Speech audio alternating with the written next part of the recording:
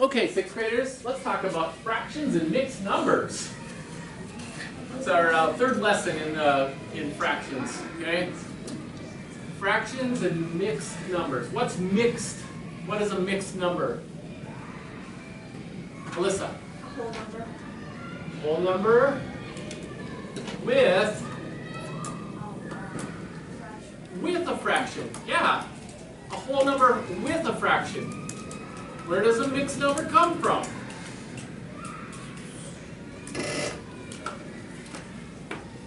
What does it mean?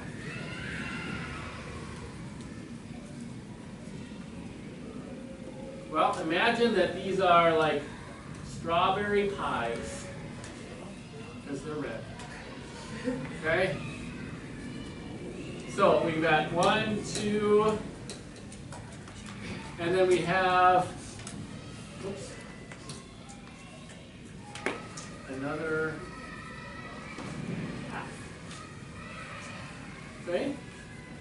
So how much do we have? 2.5 strawberry pies. Great, 2.5. Yep, 2.5.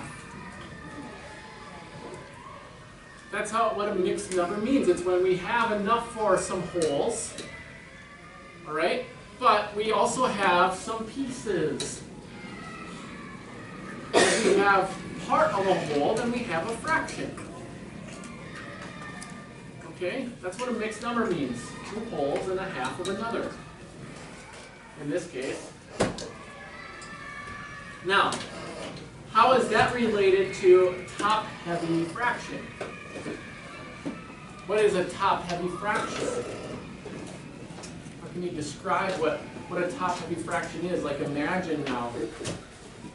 Visualize a top-heavy fraction. Arthur? So when the top number is bigger than the bottom number? Okay, but what does it mean? Like 5/2 or 5 halves? What can you describe like in a real world situation? How could you have 5 halves or something?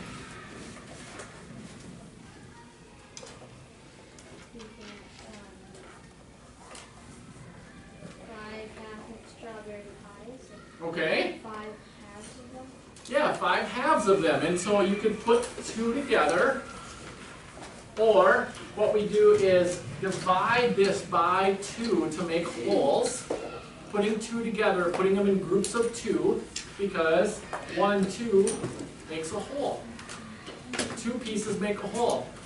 So if we divide the 5 pieces by 2, it's like taking 2 of the pieces and putting them together.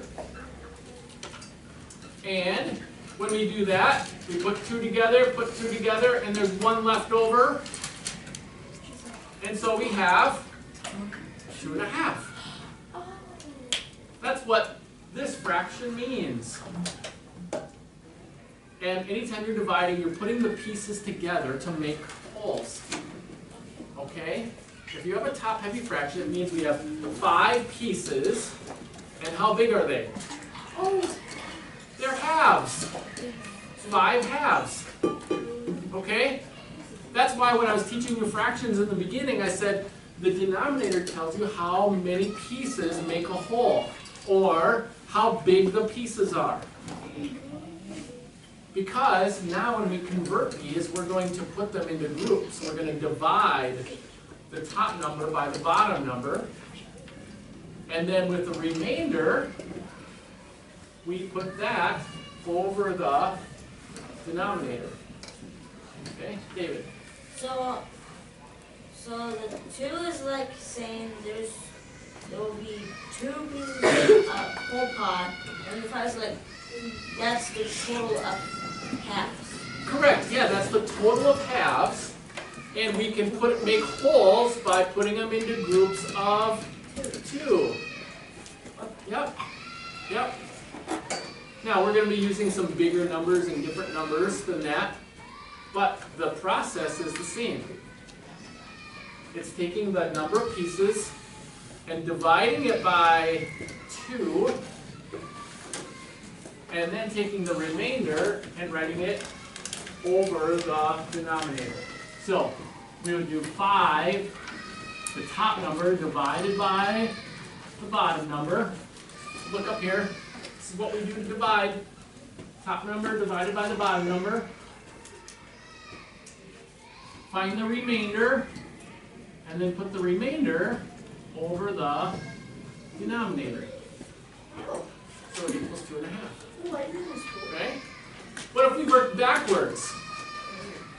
So in other words, what if we were starting with 2.5? How many halves is that? How many halves is that total? Adam? 5. How would we find that? So you would basically, if you had two together, you would basically just split them all apart and then count them in halves. So if you multiply the wholes by the denominator, that's how many pieces you can make out of the wholes. And then you add the remaining piece in order to get the top number. So 2 times 2 is 4, plus the piece you already have is 5. And then how big are they? They're halves, right? They're 5 over 2. You see where that comes from? 2 times 2 is 4. So you can make 4 pieces out of the wholes. And you still have 1 piece. You add that one. 2 times 2 is 4, plus 1 is 5. 1, 2, 3, 4, 5. That gives you the top number. There's 5 pieces, and they're all halves. So you keep the denominator the same. The denominator is the bottom number. Okay? Let's try some more. Go to page 116.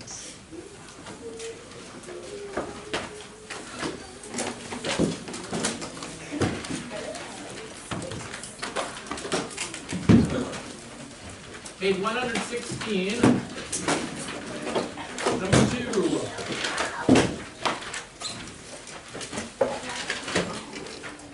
Six and 1/3.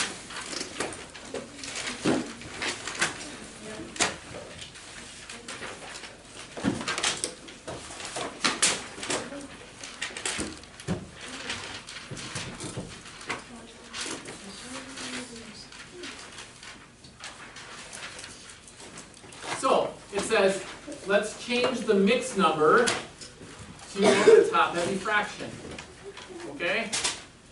How many thirds, so we always keep the denominator the same, how many thirds can you make? In other words, how many from the whole, you multiply by 3, how many is that?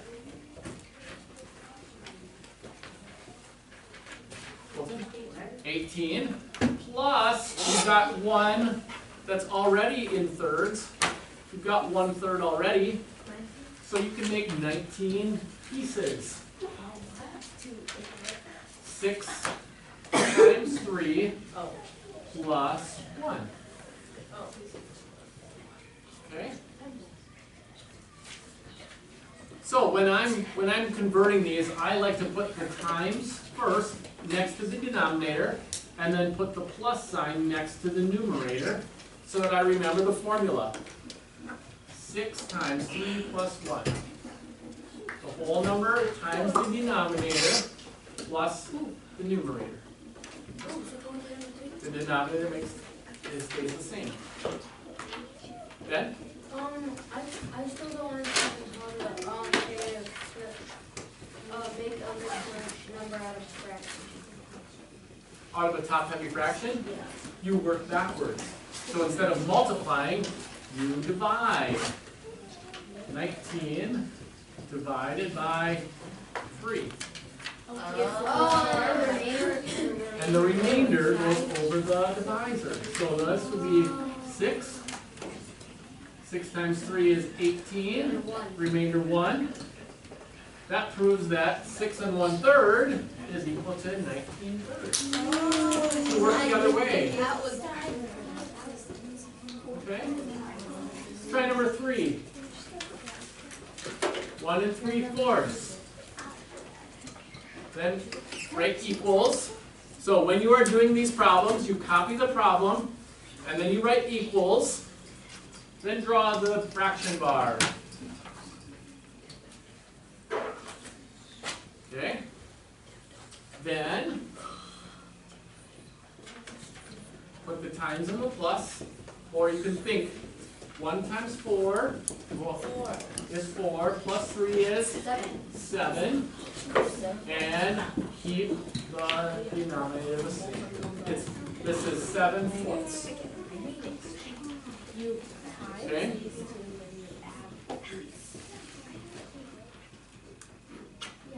So what I want you to do for tomorrow is to do 2 through 40. Yeah, 2 through 40 evens. Wait, what? 2 through 40 evens. Okay?